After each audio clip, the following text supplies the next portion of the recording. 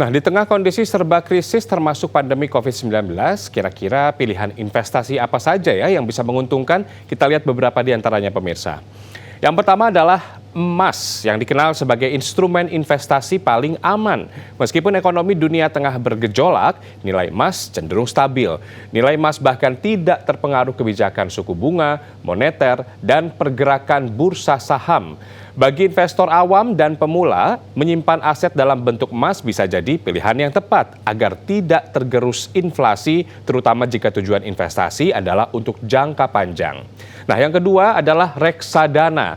Wadah pengelolaan dana investor oleh manajer investasi di pasar modal ini punya banyak jenis. Antara lain ada reksadana saham, kemudian pasar uang, dan reksadana pendapatan tetap. Semuanya punya tempat karakteristik unik yang bisa dipilih sesuai profil resiko investor. Nah, di masa pandemi, instrumen investasi yang dinilai paling tepat adalah reksadana pasar uang yang resikonya terkendali namun mendatangkan imbal hasil yang optimal. Satu lagi investasi tepat saat pandemi adalah SUN atau Surat Utang Negara atau Surat Berharga Negara atau SBN. SUN dijamin oleh negara sehingga Anda tidak perlu khawatir mengalami kerugian seperti uang hilang atau gagal bayar. Salah satu jenis SUN yang dianggap efektif saat pandemi corona adalah obligasi negara. Investasi jenis ini tersedia dengan pilihan modal yang ringan yaitu mulai dari Rp1 juta. Membeli properti juga bisa jadi pilihan, meski membutuhkan modal awal yang cukup besar. Properti tipe sederhana bisa jadi pilihan.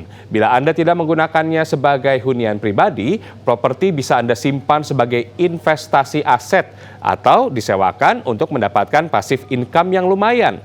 Nah, nilai properti yang selalu naik dan tidak mudah dicairkan dinilai tepat di tengah ketidakstabilan ekonomi seperti saat ini. Dan yang satu ini cocok bagi Anda yang berani mengambil resiko tinggi. Instrumen investasi saham yang bisa jadi pilihan. Apalagi saat pandemi banyak harga saham yang jatuh. Namun tetap perhatikan fundamental perusahaan dan kinerjanya selama beberapa tahun belakangan. Melihat tren, pasar saham selalu rebound setelah epidemi sehingga investor disarankan melakukan diversifikasi investasi ke instrumen lain.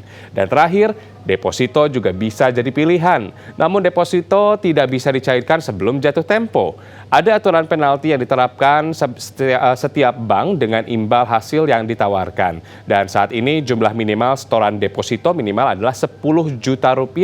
Jadi investasi apa yang sudah atau akan Anda pilih?